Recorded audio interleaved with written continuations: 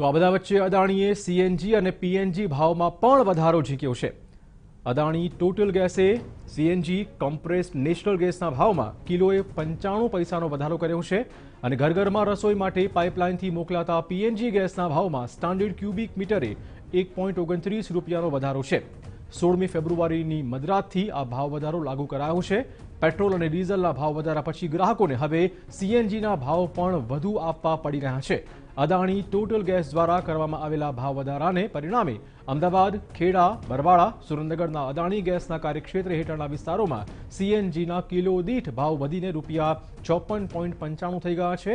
આ રીતે standard cubic મીટરના ₹27.77ના ભાવે વેચાતો પીએનજીનો ભાવ હવે સ્ટાન્ડર્ડ ક્યુબિક મીટરે 29.06 થઈ ગયો છે। આ ઉપરાંત તેના પર અમદાવાદમાં ટેક્સ પણ લગાવવામાં આવશે।